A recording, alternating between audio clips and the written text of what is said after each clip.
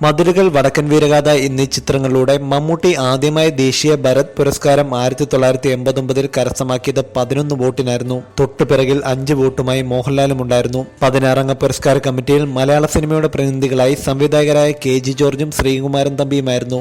മമ്മൂട്ടി ആ വർഷം മതിലുകൾ, വടക്കൻ വീരഗാഥ, മൃഗീയ, മഹായാനം, നായർ സാബ്, ജാഗ്രത, അർത്ഥം, അഥർവം, ഉത്തരം, കാർണിവൽ, ചരിത്രം തുടങ്ങി വ്യത്യസ്തമായ 12 ചിത്രങ്ങളിൽ അഭിനയിച്ചു. കിരീടം, ദശരഥം, സീസൺ, വരവേൽപ്പ്, ദൗത്യം, നാടുവാഴികൾ, അധിപൻ എന്നിങ്ങനെ 10 ചിത്രങ്ങളിൽ മോഹൻലാലും വേഷമിട്ടു.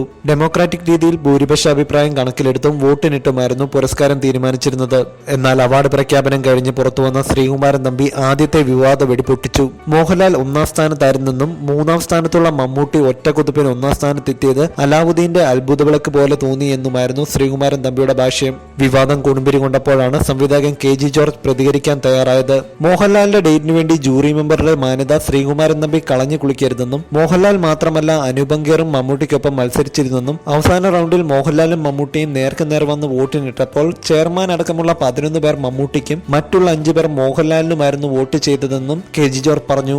ശ്രീകുമാരൻ തമ്പിക്ക് മോഹൻലാലിന്റെ ഡേറ്റ് വേണമെങ്കിൽ ഒറീസയിൽ നിന്നും, ബംഗാളിൽ നിന്നും, മദ്രാസിൽ നിന്നും, ആന്ധ്രയിൽ നിന്നുമെല്ലാം പരസ്പരം അറിയുക പോലും ചെയ്യാതെ വരുന്ന ജൂറി അംഗങ്ങളുടെ വിശ്വാസ്യത ചോദ്യം ചെയ്തുകൊണ്ടാവരുതെന്നുമായിരുന്നു KG ജോർജ് പ്രതികരിച്ചത്.